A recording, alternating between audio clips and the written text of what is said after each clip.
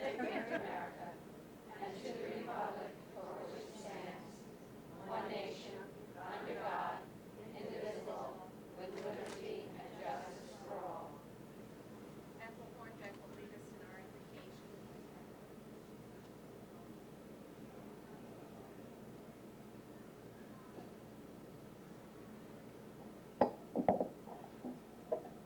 Heavenly Father, we thank Thee for all the blessings that we have enjoyed, for the good fellowship of meeting here this evening.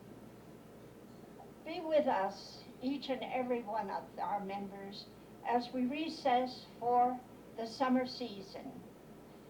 Bless this food that has been prepared for our use and us to Thy service. Amen.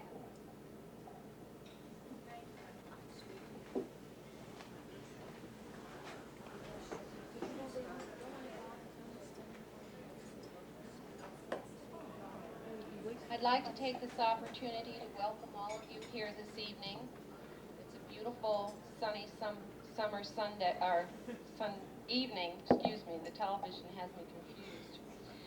And I'd like to especially welcome our guests, Mr. Rifkin and his guest Kathy. He will be our speaker later on in the program.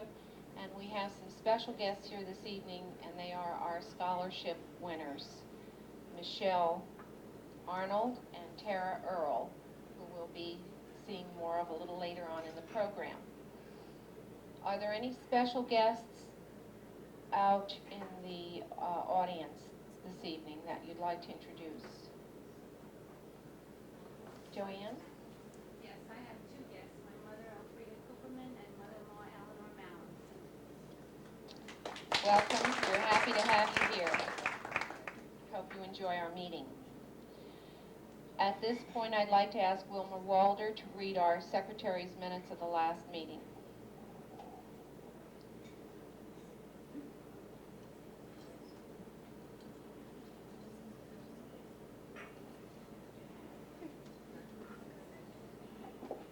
The May meeting of the BPW was held at Eddy Farm.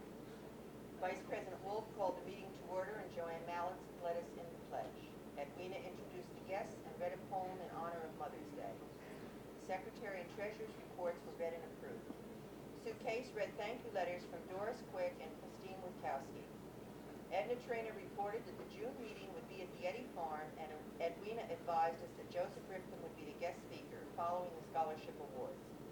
Michelle gave a report on new members. Applications will be reviewed by the Executive Committee. 3 new members were installed: Jane Cherry, Sue Onifree, and Gina Suwanga. Edwina read what it means to be a member and presented each with a copy of the bylaws, buttons, and corsages. Each gave a short talk about themselves. Amelia reported that all is well. Lila Levy advised that Michelle Arnold of Delaware Valley and Tara Earl of Port Jervis will each receive a $500 scholarship. Eileen Harding reported that the mums will be provided by Jeff's Garden Shop at $2.25 each. They will be pre-sold. Exact delivery and further details will be discussed in June. Joanne gave a report on a shopping trip to Reading.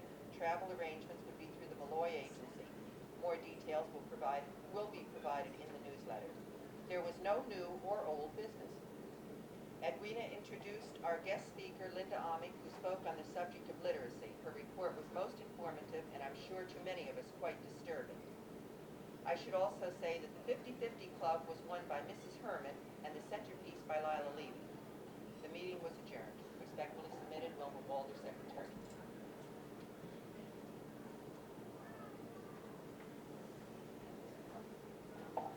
Are there any additions or corrections to the minutes? They will stand approved as read. Jean Elton will now give us our treasurer's report.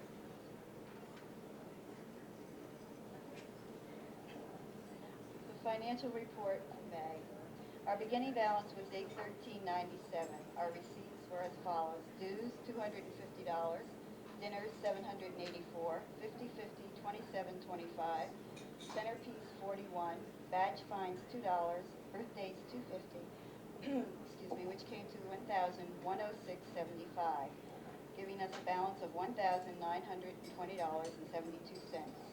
Our disbursements were for postage and cards, $14, the Port Jervis Ambulance, $100, Port Jervis Pop Warner, $100, Port Jervis Little League, $100, Eddie Farm, $729. Total disbursements was $1,043, leaving us a balance of $877.72. Our savings is $2,589.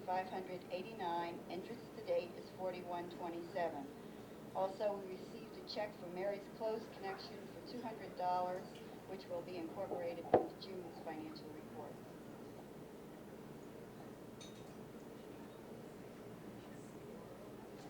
Are there any questions in regards to the treasurer's report? As you can see, we have met many of the commitments that were in our 1987 budget.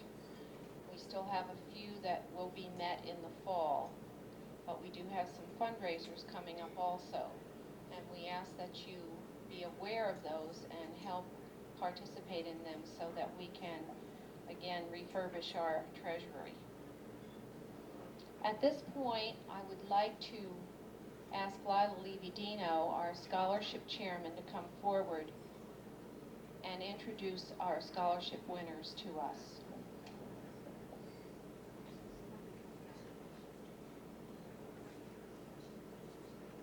Tonight we have the opportunity to see how the money that we've worked so hard during the past year is being spent.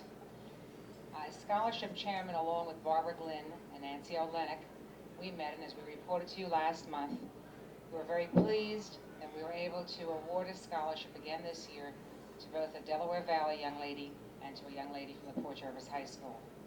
I'd like to first introduce to you the gal from Port Jervis, Tara Earl.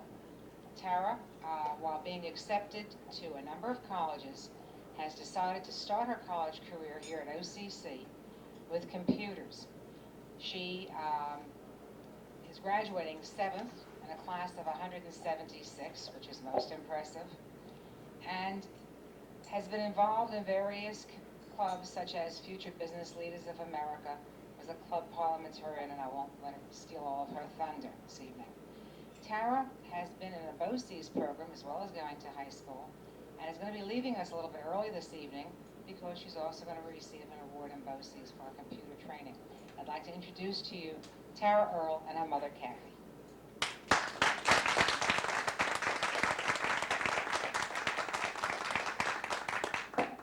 Thank you all very much for the scholarship that you have awarded me. Presently, as Mrs. Zeno said, I am attending BOCES, so we'll have to be leaving shortly so I don't miss the graduation ceremony. And I hope to start my college career, as Mrs. Zeno also said, and transfer to most likely Buffalo University, where I'd like to major in business administration. So I'd like to thank you all again.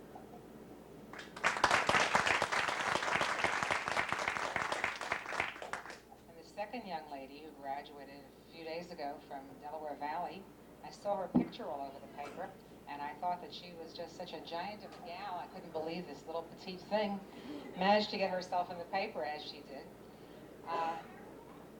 Michelle is probably number 14 in her class at DV.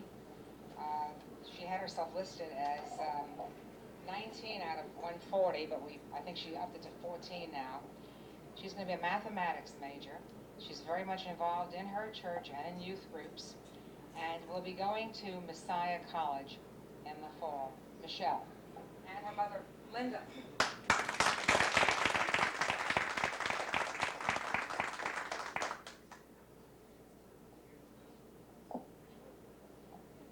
Hi, I'm Michelle, and first I want to thank you all for awarding me this scholarship. And I've lived in the tri-state area all my life, and I went to Milford Elementary School, and I graduated from Delaware Valley with honors, and it was one of the best times of my life going to high school, and I really look forward to all the scholarships, and this really helped me a lot, I can tell you that, and I just want you to know that I'll use it to the fullest of my ability, and I want to thank you all again.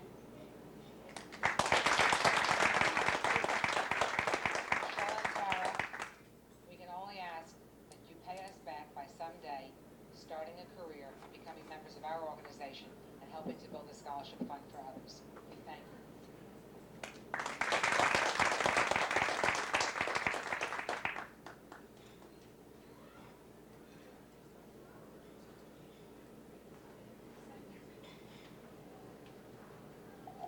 like just to remind our members what the criteria for winning a scholarship from BPW is. It reads this way: to a student enrolled in a teacher training school or accredited business school or a technical school with a B average or better, and to whom such an award will be of material assistance. Again, I'd like to congratulate the two ladies that won the award this year.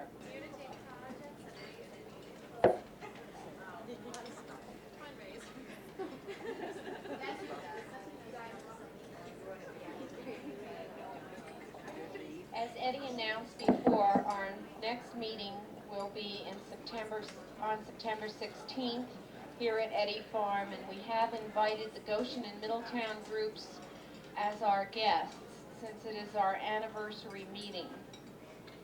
We hope that you have a good summer in the meantime, but plan to be at that meeting.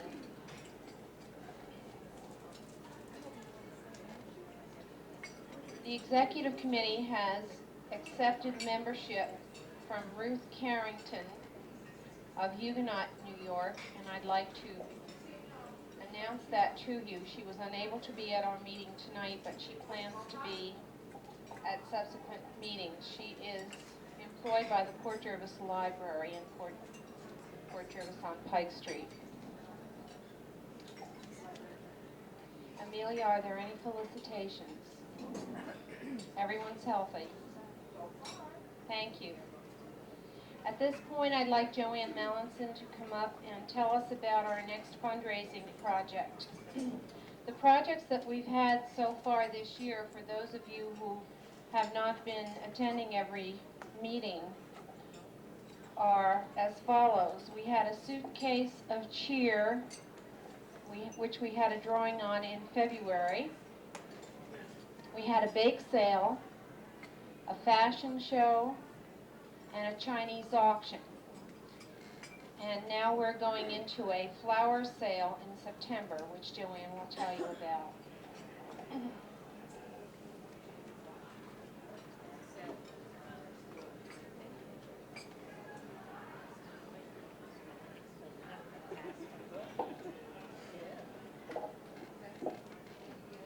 I had a meeting with Eileen Harding, and we've decided on the dates for the mum sale. We would like to have all of the money and the orders in by August 12th.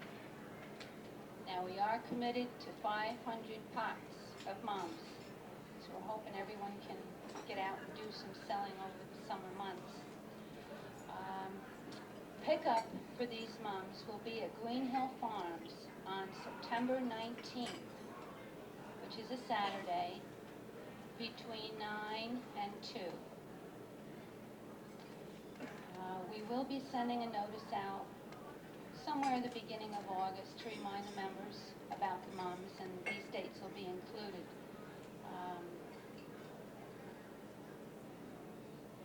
If you take any orders for mums and people want to give you a check, have them make the check out payable to BPW.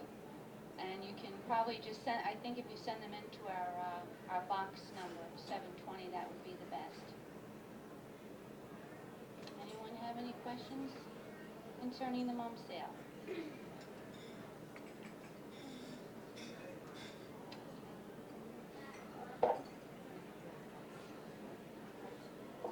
We are planning to put an ad in the paper sometime in August, so that will help to stimulate some sales for you when you're taking orders from the community. Under old business, we have our trip to Reading. Joanne is also responsible for making the arrangements for that. Joanne?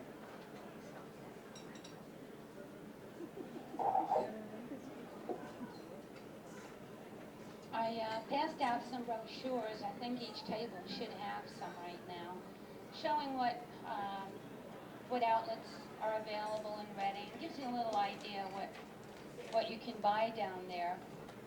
We're planning our trip for October 3rd, which is a Saturday. We'll be leaving from James Way parking lot at 7 o'clock in the morning.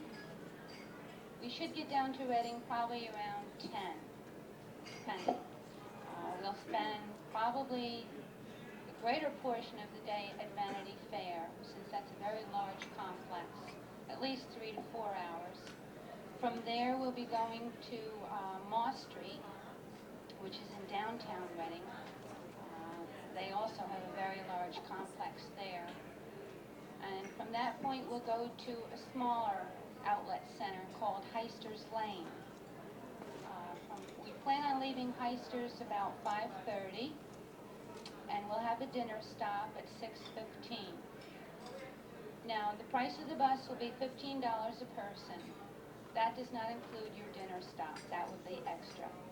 We should be back in Port Jervis probably around 10 o'clock that evening, so it's going to be a long day. Wear very comfortable shoes. They do take major credit cards down there, and of course they accept cash. Checks, I really wouldn't try to pay by check.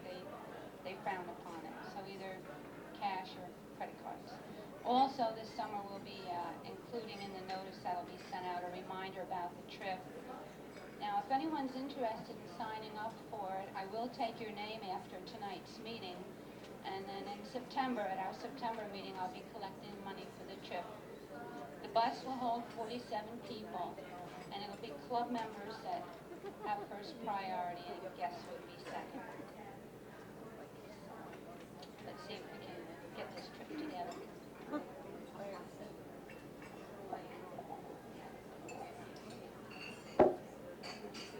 Thank you, Joanne. Joanne tells me that she's planning some games for the trip down, and she'll probably have some snacks and refreshments on board. She expects that all of you will be asleep on the way back, though.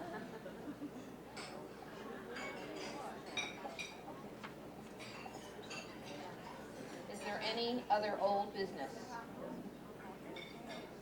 Is there any new business? If not, I'd like to turn the meeting over to Edwina, who will introduce our speaker to us. Thank you.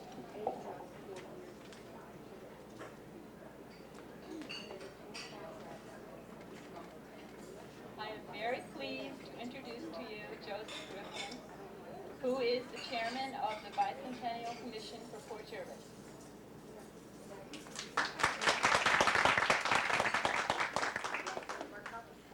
I'd like to thank everybody for having me this evening. As many people I hope are aware, we are celebrating the 200th anniversary of the drafting and signing of the United States Constitution this year. And what I'd like to do in just a few minutes is try and give you a little background as to what this is all about and why we celebrate. The actual signing took place in Philadelphia on September 17, 1787. But there's so much more to it than just the fact that the document was signed that day. Now, there will, in fact, be celebrations going on all over the country that day and that week. But I'd like to just let you know a little bit about what happened over the course of the summer. The convention was called and started about 2 weeks late, May 25th, 1787, in Philadelphia. They met over the course of the summer. And during the course of that summer, there were many, many debates as to what should be going on. Should we have a confederacy or a federal concept of government? Federal concept being a central union. Now, this debate, the major debate that was really between the large states and the small states.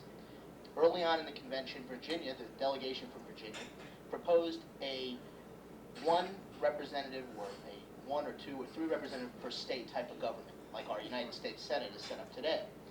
And this week, 200 years ago, the New Jersey delegation, being a small state, proposed having equal representation by the number of people per state. And this led to what has been called the Great Compromise, which is what we have today, a Senate with equal representation from each state, and a House of Representatives with equal representation by the amount of people per state. Now, what happened during the course of that summer was very interesting in the sense that this was 200 years ago.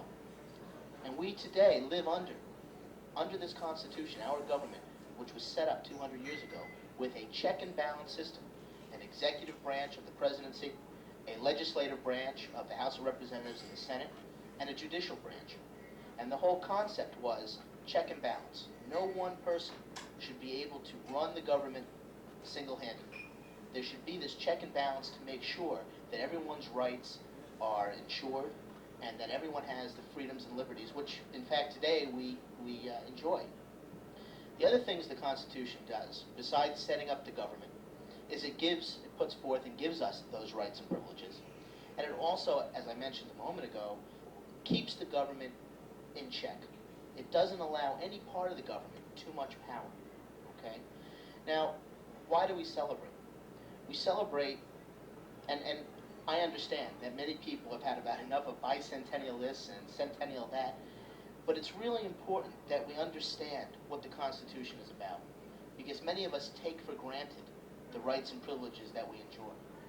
The fact that women can put together an organization and say, hey, we have rights, we're equal, we should be able to do anything anybody else can do, and you indeed can. But the whole woman movement that has happened over the course of our history wouldn't have occurred in another country possibly without a document like the Constitution. And I think that's really important. I mean, whether you're for or against an equal rights amendment, I don't think it really makes a difference. I think the rights are already there in the document. Now, the other thing is the fact that that document is 200 years old. It is the oldest living constitution today in our world's history. I see that your organization is celebrating your 35th anniversary. Many, I might even say most of the constitutions for governments in the world aren't 35 years old. Many of them were drafted in the 50s, in the 60s, maybe even in the 70s, and even now, new governments are evolving. Take a step back, think about that. 200 years ago, that document was put together, and we still live under the same principles. The other important thing is to educate ourselves. It's very unfortunate, but many people in our society and in this country don't know what the Constitution is, they don't understand what it means, they don't realize what rights, privileges are derived under it. If you don't understand your rights, you can lose them. It's very easy for someone to change the law, but if you're not paying attention, or if you didn't realize, or if somebody at least didn't realize, they could be gone. You won't even know about it. It's important that children are educated in the schools and at home as to what the Constitution is. But forget the children for a moment. I'll lay money that many people in this room, and this is, I'm sure, a pretty educated body, don't really know what's in the Constitution.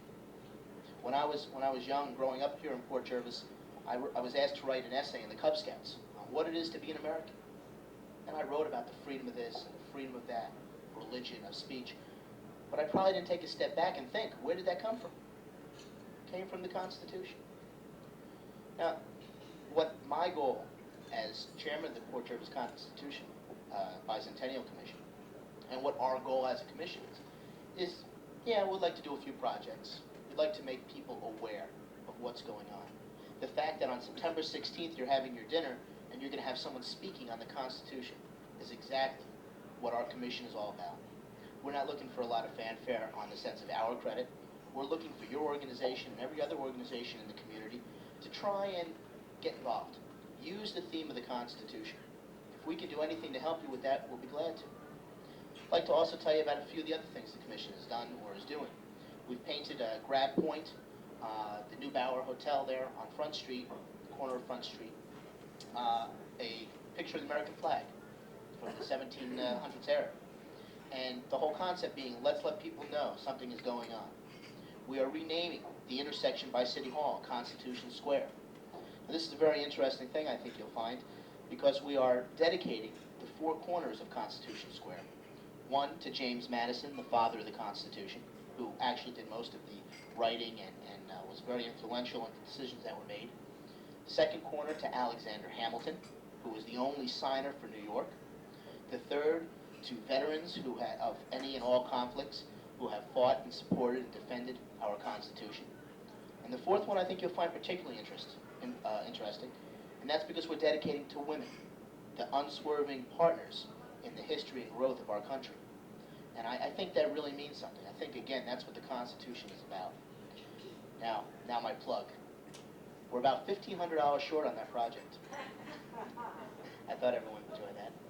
What we're having is we're going to actually have markers that are going to be put right into the sidewalk. They won't take any maintenance. There'll be a fifth marker that will be built up around the United States flag, right in front of City Hall, that will have the preamble of the Constitution in stone. So if you folks have any interest or would like to help us raise some money or donate some money to that, that's great. That's not why I'm here tonight, but I thought you might be interested in that. We've already raised about $1,500, $1,600, and the project's going to cost about $3,000. We've also done a law day program, speaking to, well, I'd say about 60% of the students in the schools about the Constitution. We've talked to the social studies teachers and to the head of the curriculum of social studies, and the Constitution will be a major issue that will be discussed early on in the year. And our goal is that we're going to try and raise the money and have a copy of the Constitution in the hands of every student in the fall. In a nutshell, that's really what we're about. But as I stated a moment ago, we're looking for organizations like yours, not so much for the money. I ask you because I think there might be an interest, but the idea that if you can use the theme in any of your programming in the next really 3 years, because this year is the history of the signing. Then there was the whole history of the ratification. Remember, after they signed the document, each state had to ratify it. Then they drafted the Bill of Rights and ratified the Bill of Rights. This thing can go on forever. I don't know if anyone has any questions. I'll be around for a few moments.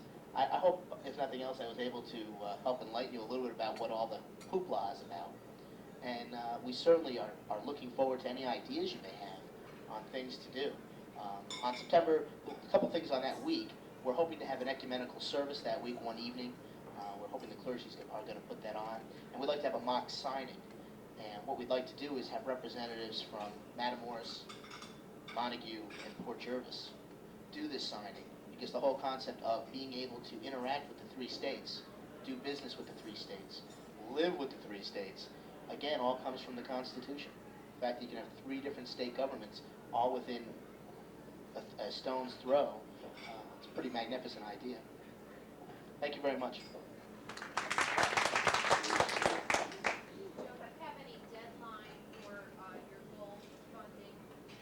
Okay, well, we're going to vote on the wording on the markers on next Tuesday, and we have to order the markers next week if we want them to arrive by September. We've raised enough money for the down payment. Really, we're looking the next 2 or 3 months. And anything, if you can, great, and if you can't, that's okay too. But it would, I think that especially the marker, for women, it would really be nice if we could get you a little press also, the fact that you're supporting it. Thank you. Joey, I have a question. I don't know if I misread something in the paper. Something about stars on the, What we did as a fundraiser is on that flag, we sold the stars.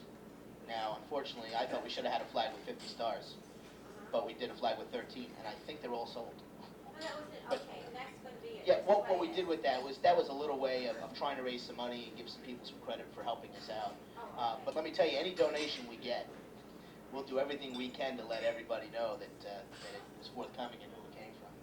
Oh, okay, I just misread that. I thought they were going to put the star on, and they were going to put people's names on it, and I thought that would be the ugliest thing No. I ever saw. There's going to be either some sort of a marker or right on the wall they're going to paint on the side. I'm not sure how they're going to do that yet. I think there's going to be some sort of a sign that's going to go up stating who the contributors were. But I don't think you're going to see it from a distance the way you see the flag. Yeah. I think it's going to be, it's not going to be gaudy. I hope. I don't think it will be. I mean, Well, who's in charge of that? Alma LaRue has been running the program. She was able to get the school teachers, Hans Wingasson and Barbara Corral, to actually do the work and set it up. No, don't worry. It's not going to be painted on the flag or anything like that. Yeah, that's the way it first I read it in the paper, and I thought never. The paper kind of blew the whole thing out of proportion. Not that that was really a surprise. They want to have something as big as somebody wants to read. But I Yeah, no, that's about what it's going to be. Joey, I have a question about the marker. Are you talking, you want our support in putting a marker? Will our name be there someplace? It's possible. Well, don't I don't. just say that. I don't want to make a commitment to you. I think that you need to call Alma LaRue. Well, I'm talking about the marker that you're talking about down Right. at Constitution Square. I'm not sure. You see, we're still voting on what language is going to be on there. We more or less know each of the 4 are going to be dedicated. We more or less have tentative language. But whether we're gonna actually put this marker was sponsored by or not, I'm not sure. It may happen. What's happened is that we've gotten a lot of support from the VFW groups, and especially the Women's Auxiliary. Been very, very helpful. I think they've already donated like $300 or $400. So I'm not really sure how they're gonna handle, ideally we wanted to go to the Bank of New York and say, look, Alexander Hamilton founded your company, your bank, we'd like you to donate some money. They didn't want to donate any money. They couldn't do it or something happened. I don't know what the story was. So, and at that point, a lot of people on the commission also felt, I don't know if we really want to start putting on the markers where they came from. That really hasn't been clarified. That opportunity may be there, but I don't want to tell you it is or isn't. Yeah, but see, we don't have another meeting now until September. So my question is, if we donated an X number of dollars, would we be able to get some recognition for that? Most definitely you're going to get recognition for it. Whether it'll actually be on the marker or not, I don't know. But you'll certainly get recognition. And I would assume that if you could come up with something in the nature of $300 to $500, you'd have a good opportunity. Well, that's how much the markers are costing us. That marker's going to cost us $400. And that's the only reason I came up with the figure. No offense. The project is costing about $3,000 for the 5 markers. And these markers are going to be, Right in the sidewalk. and what's each marker going to say? One will be to James Madison, the father of the Constitution. Alexander Hamilton, the only signer from New York of the Constitution. Veterans who have of conflicts, I don't remember the language, who have defended and supported the Constitution. Women, the unswerving members, partners in the development or history of our country. I don't have the language in front of me. Could they just have a plaque saying these markers are donated by? They may very well do that. I think it really depends. Right now, we're kind of taking the money from the stars to use for this because we're a little bit behind the 8 ball. All of a sudden, the projects are here and we now need the money. But that's part of the process. What would 100 buy us? As I said, we get lynched by the time I get out of here, right? It's certainly going to get you recognition, and I think that if somebody wanted to come up with a quick proclamation of support and $100 in good faith, I'm certainly it's going to be on TV. I don't know what to tell you. I'm sorry that I just yeah. Good idea and suggestion from all this interest, especially for recognition, is why don't we do the whole block sidewalk and sell each block? And Good idea. That's a very good idea, Sure sell could the use sidewalk. it. We're always interested in co-sponsors. I need new Anybody that would like to co-sponsor that project would be great. The problem is, this has been a concept that we've been working on for about 6 months, and it started with flags and flagpoles until we realized that you got to start thinking about liability and who's going to raise and lower the flags, and you're on people's personal property. And we realized the markers would be a little more of a living type monument because they'll be there, and they're the type that should last just about forever, supposedly. So, and it was cheaper because the flagpoles were going to cost us something like $1,500 a piece.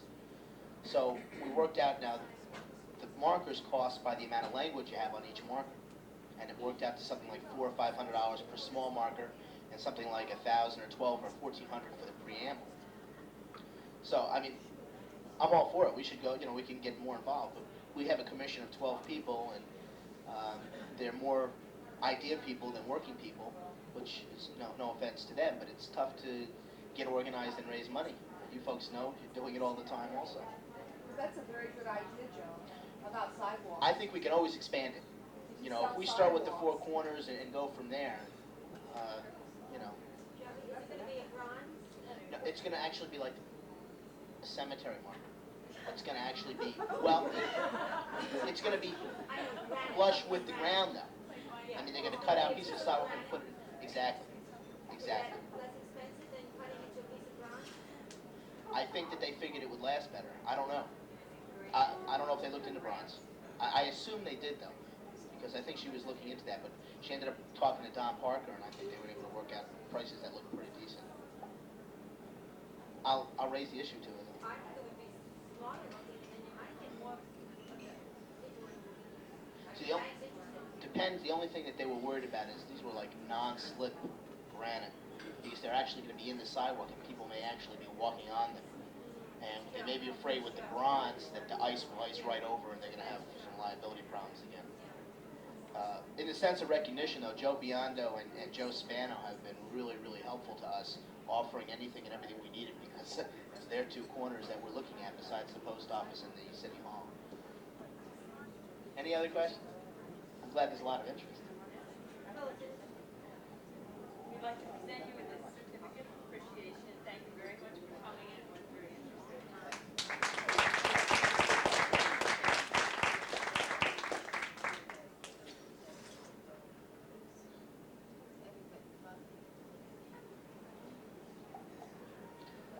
With the permission of the rest of the membership, I would like to propose that the executive committee look at our budget for this year, and if there is a possibility, we could dedicate any funds that we felt we could towards this project within a reasonable amount.